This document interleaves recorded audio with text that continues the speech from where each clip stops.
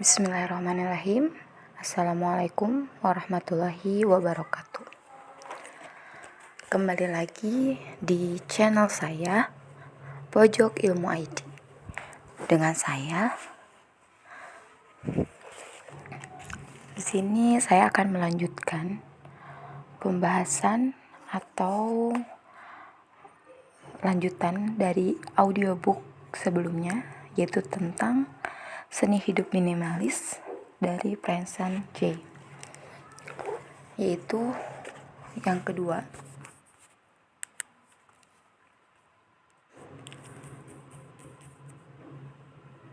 Anda bukan barang Anda. Berlawanan dengan pesan yang para penjual ingin Anda percayai. Barang yang Anda miliki tidak mencerminkan diri Anda. Anda adalah Anda dan barang adalah barang. Tidak ada rumus fisika atau matematika yang bisa mengubah itu. Terlepas dari segala pesan apapun yang dikatakan oleh majalah atau iklan. Namun, memang ada kalanya kita termakan iklan atau begitu. Mari buat satu lagi subkategori, yaitu barang aspiratif. Kita memiliki barang kategori ini untuk membuat orang lain terkesan atau mewujudkan versi diri menurut bayangan kita. Mungkin kita membayangkan diri sebagai sosok yang langsing, bepergian keliling dunia, menghadiri berbagai jamuan atau anggota grup musik rock. Meskipun enggan mengakuinya, ada kemungkinan beberapa barang yang kita miliki bertujuan memberikan kesan atau citra tertentu. Misalnya, mobil. Dilihat dari tujuannya sebagai alat transportasi, mobil apapun bisa membantu kita pergi dari titik A ke titik B. Kalau begitu, mengapa kita bersedia membayar harga 2 bahkan 3 kali lipat untuk tipe mobil mewah? Jawabannya, karena produsen mobil menghabiskan dana besar pada biro-biro iklan agar meyakinkan kita bahwa kendaraan yang kita miliki adalah perpajangan diri. Kepribadian posisi kita di perusahaan atau lingkungan sosial. Mobil tentu hanya salah satu contoh. Dorongan untuk mendekatkan citra diri dengan produk tertentu menambah cukup dalam di kehidupan. Mulai dari pilihan rumah sampai perlengkapan rumah tangga. Kita umumnya setuju bahwa rumah kecil berdesain standar sudah lebih dari cukup untuk memenuhi kebutuhan kita. Memiliki tempat tinggal dan berlindung, terutama jika dibandingkan dengan standar kehidupan di negara-negara berkembang lain. Tetapi, teknik-teknik pemasaran kemudian menentukan bahwa kita membutuhkan sebuah kamar utama. Kamar tidur untuk setiap anak, kamar mandi dengan fitur terpisah antara pengguna laki-laki dan perempuan, dan dapur yang dilengkapi perkakas canggih. Lalu, tanpa itu semua, kita dianggap belum berhasil. Luas rumah menjadi penanda status, dan tentu saja semakin besar rumah, kebutuhan sofa, kursi, meja, pernak-pernik, dan barang-barang lain pun bertambah. Iklan juga mendorong kita untuk memaknai diri melalui pakaian. Idealnya pakaian bermerek.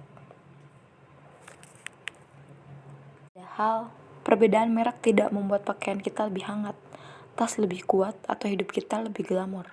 Selain itu, ada pula model-model pakaian modis yang hanya berlaku untuk masa tren yang amat singkat. Dan barang-barang ini memenuhi lemari pakaian kita. Ada begitu banyak pakaian bermodel usang yang kita harapkan akan kembali diakui.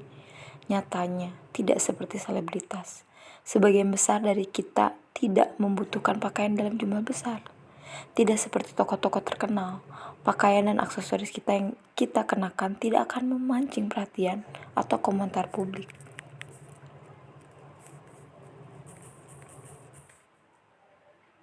Namun, yang dilakukan oleh para penjual adalah meyakinkan bahwa kita hidup di panggung dan harus memakai pakaian yang layak agar bisa berhasil. Tidak mudah menjadi orang yang berpikiran minimalis di dunia media massa. Ikan-ikan menghujani kita tanpa henti, menyampaikan pesan bahwa sukses diukur dari materi yang kita kumpulkan. Mereka mengeksploitasi fakta bahwa membeli status lebih mudah dibanding mendapatkannya dengan kerja keras.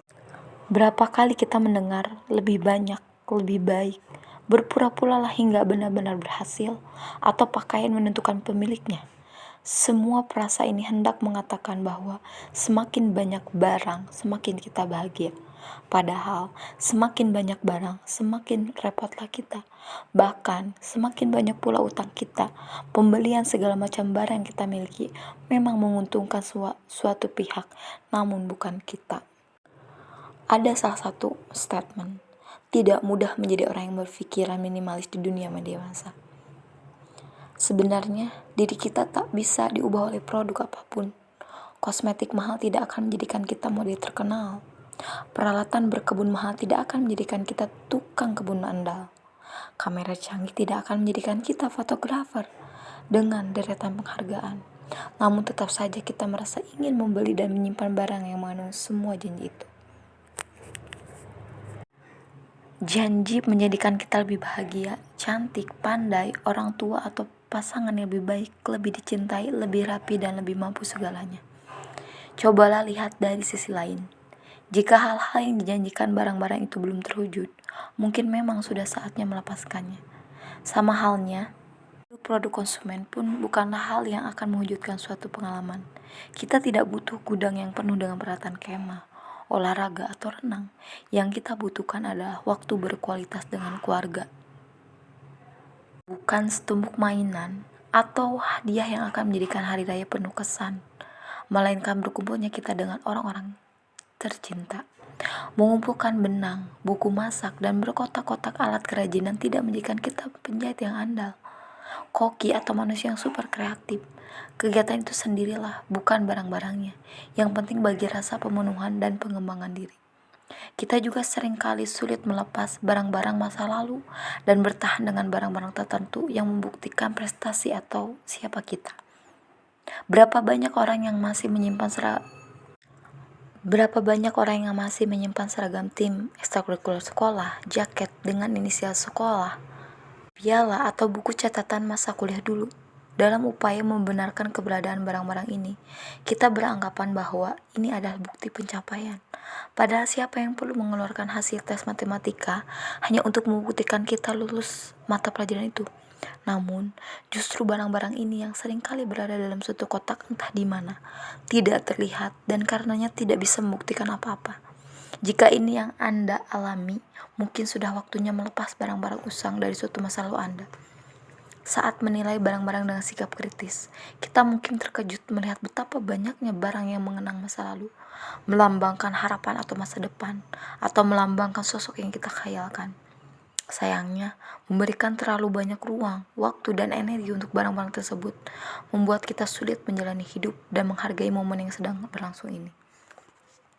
Ada kalanya kita cemas bahwa ketika membuang barang tertentu itu berarti membuang sebagian diri kita.